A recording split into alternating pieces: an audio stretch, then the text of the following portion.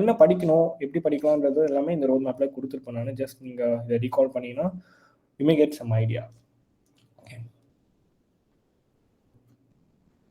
Sir, there's this another question. Can two-factor authentication prevent social engineering completely? Yeah of course, but completely சொல்ல முடியாது.